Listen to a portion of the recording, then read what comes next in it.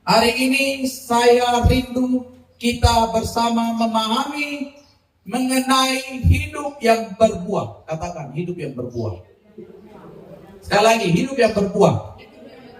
Yesus kerap kali dalam pengajarannya, dalam pemberitaannya mengingatkan tentang pentingnya kita orang percaya menghasilkan buah. Pentingnya kita orang percaya hidup dalam berbuah.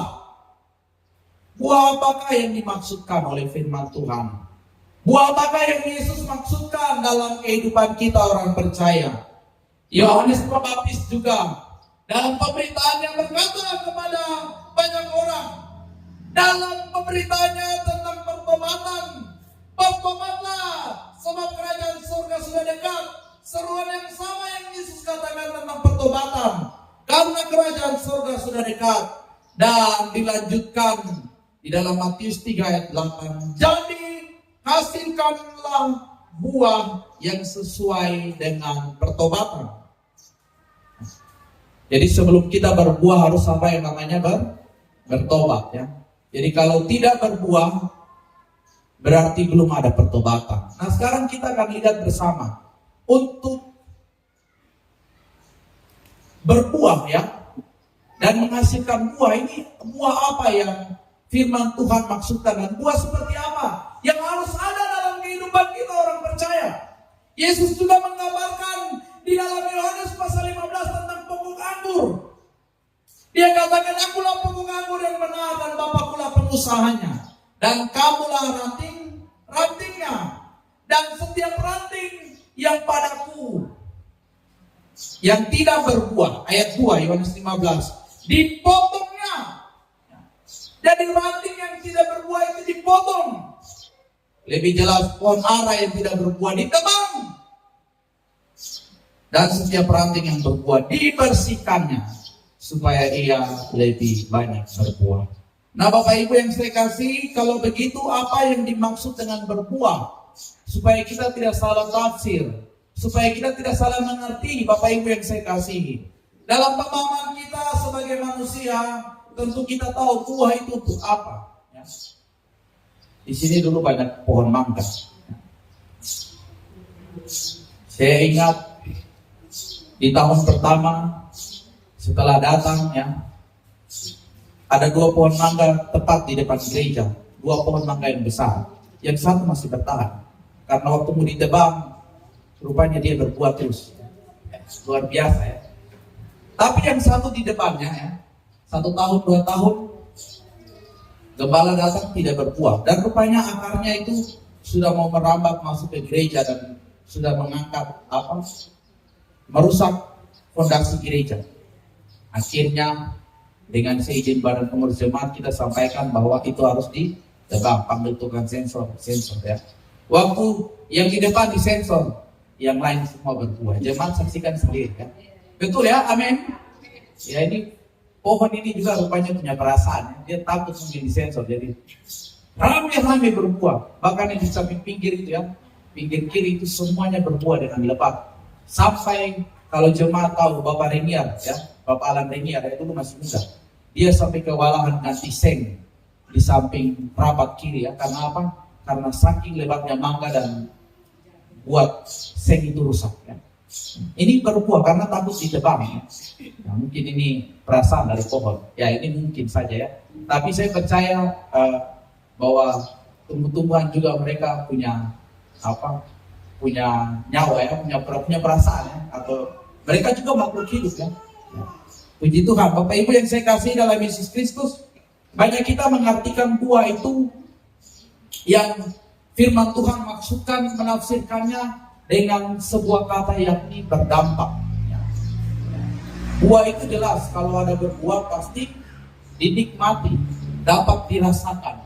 Dan banyak kali penafsir firman Tuhan menafsirkan atau menerjemahkan kata buah dengan pemahaman ini, berdampak atau sesuatu yang baik yang dapat dinikmati oleh orang lain. Namun hari ini saya ingin membawa kita memahami dari perspektif firman Tuhan, dari apa yang firman Tuhan katakan. Buah apa yang seharusnya ada dalam hidup kita? Waktu kita sudah mengundang dan menerima Yesus, waktu kita mengaku dengan mulut kita bahwa Yesus adalah Tuhan dan Juru Selamat, kita sudah dimeteraikan dengan Roh Kudus. Katakan, saya sudah dimeteraikan dengan Roh Kudus. Efesus pasal 1 ayat 13 katakan, ketika kamu percaya, Roh Kudus itu menjadi jaminan.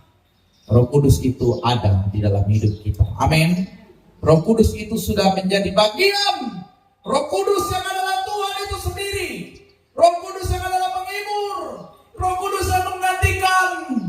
Dan ada di dalam kehidupan kita setelah Yesus terangkat ke surga. Itu ada dalam hidup kita. Dalam Galatia pasal 5 ayat 22 hingga ayat 23, inilah buah dari Roh Kudus. Masih ingat buah-buah Roh Kudus? Amin, masih ingat? Kalau di sekolah SD ujian itu biasa ada keluar. Bahkan ada sekolah minggu sudah menjadi nyanyian. Anak-anak saya di rumah sudah hafal. Benaya itu walaupun mulutnya tetap-tetap dia sudah hafal. Apalagi kalau kita putar di YouTube dan menyanyi. Kasih sukacita, damai sejahtera, kesabaran, kemurahan, kebaikan, kesetiaan, kelemah lembutan, penguasaan diri. Inilah buah Roh Kudus mengalir dalam hidupku.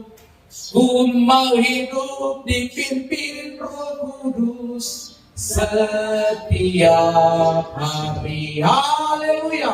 Jadi buah yang pertama yang Alkitab katakan ialah buah pengudusan. Buah-buah Roh Kudus itu harus ada dalam hidup kita hari lepas hari.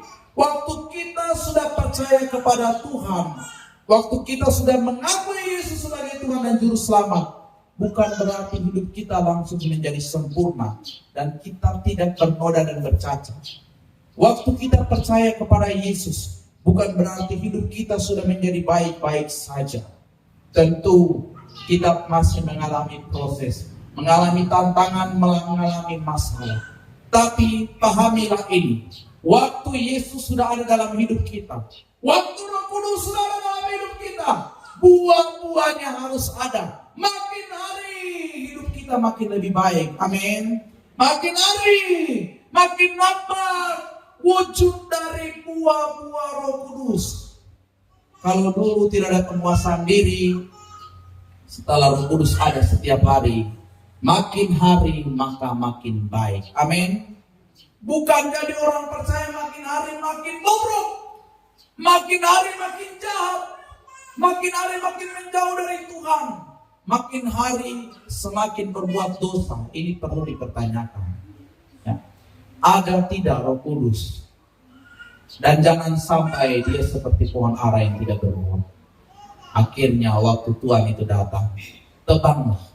Dan Yesus sendiri juga menegaskan dengan jelas bahwa setiap ranting yang ada padaku dan tidak berbuah itu ditebang, dipotong. Bapak saya itu guru. Nah ini orang-orang Nabi pasti tahu. Tapi dia juga petani, suka bertani, punya kebun. Nah, kami punya kebun di Nabire, daerah Wadio ya. Sampai sekarang walaupun tidak ada yang mengurusnya, tapi masih ada.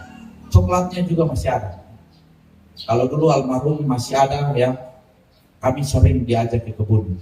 Dan ada anak-anak yang dibawa dari kampung ya, atau keluarga kenalan, diizinkan tinggal untuk merawat kebun, merawat hasil kebun ya, khususnya coklat-coklat yang ada ya. Dan kecil itu saya sering untuk tidur di kebun dengan keluarga yang menjaga di kebun. Dan saya tahu betul bagaimana mereka merawat buah coklat itu. Buah coklat itu tumbuh di setiap ranting. Batang pohon itu pasti ada buahnya. Dan almarhum ayah saya selalu katakan dan ajar kepada anak-anak yang dari kampung untuk merawat pohon coklat supaya bertumbuh dan berbuah. Ya. Yang tidak berbuah, ini ranting ini harus potong, tebang. Ya. Ini biar potong ya. Padahal pohonnya lebat, rantingnya banyak. Tapi karena tidak berbuah dipotong. Yang sudah berbuah ini, kamu kasih bersih-bersih sedikit ini. Coklat itu jelas ya. Bagaimana untuk menghasilkan buah. Nah Bapak Ibu yang saya kasih dalam Yesus Kristus, kehidupan kita orang-orang percaya harus menunjukkan buah. Dan buah apa yang dimaksud? Ialah buah pengudusan. Buah apa yang dimaksud? Ialah buah-buah Roh Kudus. Harus ada kasih, sukacita, damai sejahtera, kesabaran, kemurahan, kebaikan, kesetiaan, kelemah lembutan, dan penguasaan diri. Makin hari hidup kita harus makin baik. Hari ini tidak ada penguasaan diri. Hari depan saya harus bisa menguasai diri. Hari ini tidak ada kesabaran. Hari depan saya harus bisa menjadi lebih sabar. Hari ini saya tukang marah-marah. Besok saya sudah tidak lagi menjadi marah-marah. Hari ini saya tidak ada kasih. Hari depan saya harus ada kasih. Hari ini tidak ada sukacita. Hari esok harus ada sukacita. Karena itu adalah wujud dari buah Roh Kudus. Jangan sampai ketika Tuhan datang, aduh, dia lagi. Ini tidak ada buah. Tebang dia, sudah. Kesempatan sudah habis ya. Jangan sampai kita tidak dipercayakan Tuhan lagi seperti pohon ara yang tadi ya. Untuk apa ya hidup di tanah ini dengan percuma? Jangan sampai Tuhan datang dan melihat kehidupan kita orang percaya ada dalam kehidupan yang percuma, ada dalam kehidupan yang sia-sia dan tidak menghasilkan buah. Hasilkanlah buah pengudusan. Hasilkanlah buah-buah Roh Kudus. Katakan, buah Roh Kudus itu penting. Buah-buah Roh Kudus itu penting karena akan menunjukkan dan menampakkan bahwa kita adalah orang-orang yang benar, orang-orang yang hidup di pokok anggur yang benar. Amin. Ini yang pertama. Buah yang dimaksudkan ialah buah pengudusan, buah-buah Roh Kudus. Yang berikut, firman Tuhan katakan juga dalam 1 Korintus pasal 9 ayat yang pertama. Firman Tuhan katakan, bukankah aku rasul? Bukankah aku orang bebas? Bukankah aku telah melihat Yesus Tuhan kita? Bukankah kamu adalah buah pekerjaanku dalam Tuhan? Buah pekerjaanku dalam Tuhan. Garis bawahi kalimat ini. Yang pertama tadi ada buah pengudusan. Kehidupan kita hari lepas hari menunjukkan ada buah-buah Roh Kudus. Tapi yang berikut yang penting ketika kita menjadi orang percaya, bukan hanya ada buah pengudusan, tapi harus ada yang namanya buah pelayanan. Paulus menyebut bahwa orang-orang yang ia layani adalah buah dari pelayanannya, dampak dari apa yang ia buat untuk pelayan. Ya. Bapak Ibu yang saya kasih dalam Yesus Kristus, hari-hari ini kita banyak juga melihat ada orang Kristen. Dia adalah orang baik, orang yang seolah-olah kita lihat dan kita bisa saksikan bahwa memang benar ada buah-buah Roh Kudus. Ya. Dia orang yang tidak pernah marah, penguasaan dirinya ada kasihnya, ada sukacita, damai sejahtera. Tapi dia tidak melayani. Ini keliru. Karena bukan hanya buah Roh Kudus yang harus ada, tapi harus ada yang namanya buah melayani. Buah dari pelayanan. Tapi juga ada orang yang melayani. Orang yang setia, rajin beribadah, rajin ke gereja, rajin mengatur pelayanan. Tapi kehidupannya tidak baik-baik amat. Ya. Ini warna di dalam kehidupan kita orang percaya, Bapak Ibu yang saya kasih. Ini fakta bahwa ada banyak orang yang kehidupannya baik, tapi tidak setia dalam pelayanan. Tidak setia beribadah, tapi minta dilayani terus. Ada Bapak Ibu yang saya kasih. Keluarga saya juga ada yang demikian. Kalau saya kena gire, ya, ini saya sudah sebut nama kota ya, itu Baiknya luar biasa. Orang percaya. Ya. Baju dikasih ya. Kalau kalian lihat batik-batik yang gembala pakai, itu batik-batik pemberian dari keluarga saya. Ya. Tapi ke gereja 1 tahun 1 kali. Natal baru ke gereja ya. Tapi baiknya luar biasa, tidak suka bikin masalah, tidak suka ribut, setia dalam rumah tangga ya, tidak suka jalan-jalan ya. Ini ada. Ya. Tapi tidak pernah melayani ibadah, biar sudah. Ya. Bala bilang Yesus dengan Muhammad itu sama saja. Masalah ya.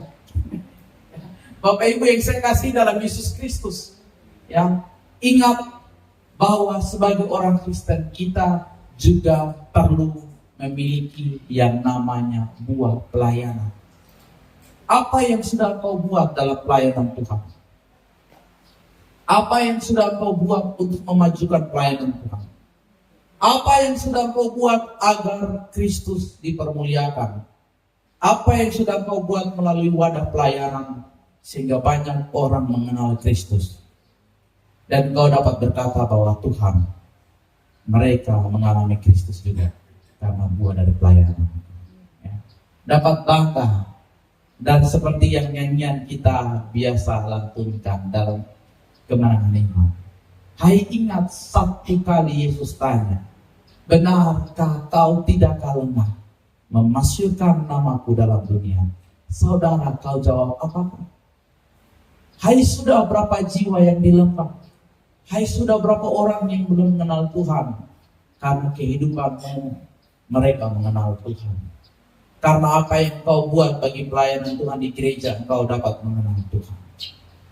Saya sangat mengapresiasi anak-anak Tuhan yang biasa mendukung saya dalam pelayanan.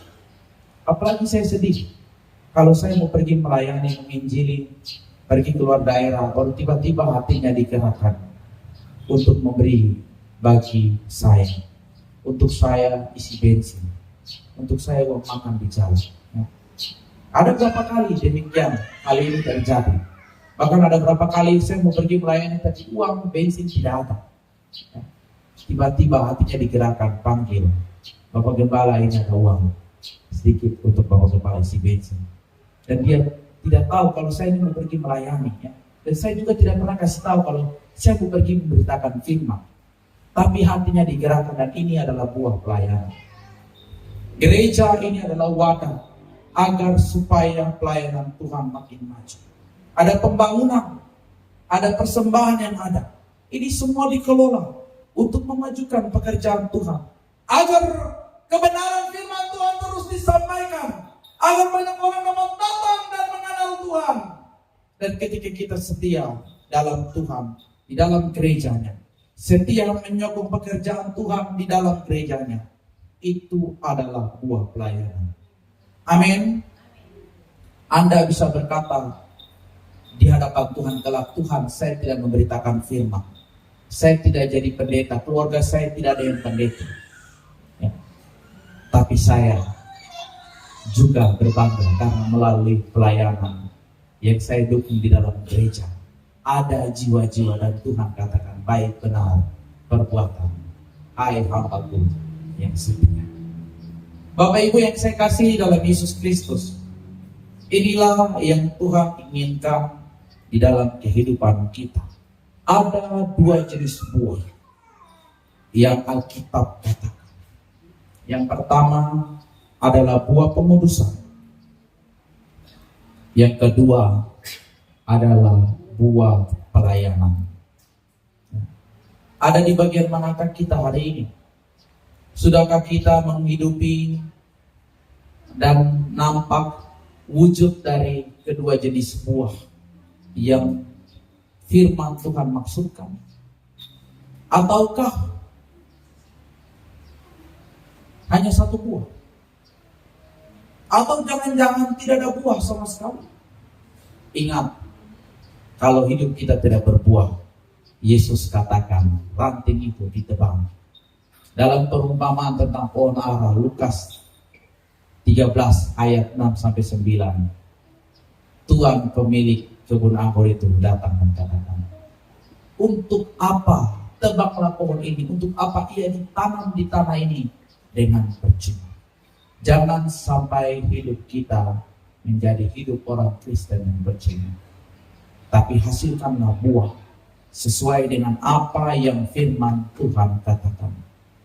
Hidup kita dipulihkan, hidup kita dimenangkan, hidup kita semakin nampak buahnya, dan buah ini akan dirasakan oleh orang lain. Dan orang lain katakan, dari pohon mana kan? Ini pohonnya di mana ini? Oh, mangga ini bagus sekali pohonnya ini. Akhirnya orang datang tertarik. Waktu kita menghasilkan buah dengan benar, waktu kita menghasilkan buah dengan benar, disitulah orang dapat melihat Tuhan. Amin. Disitulah orang dapat tertarik datang kepada Tuhan.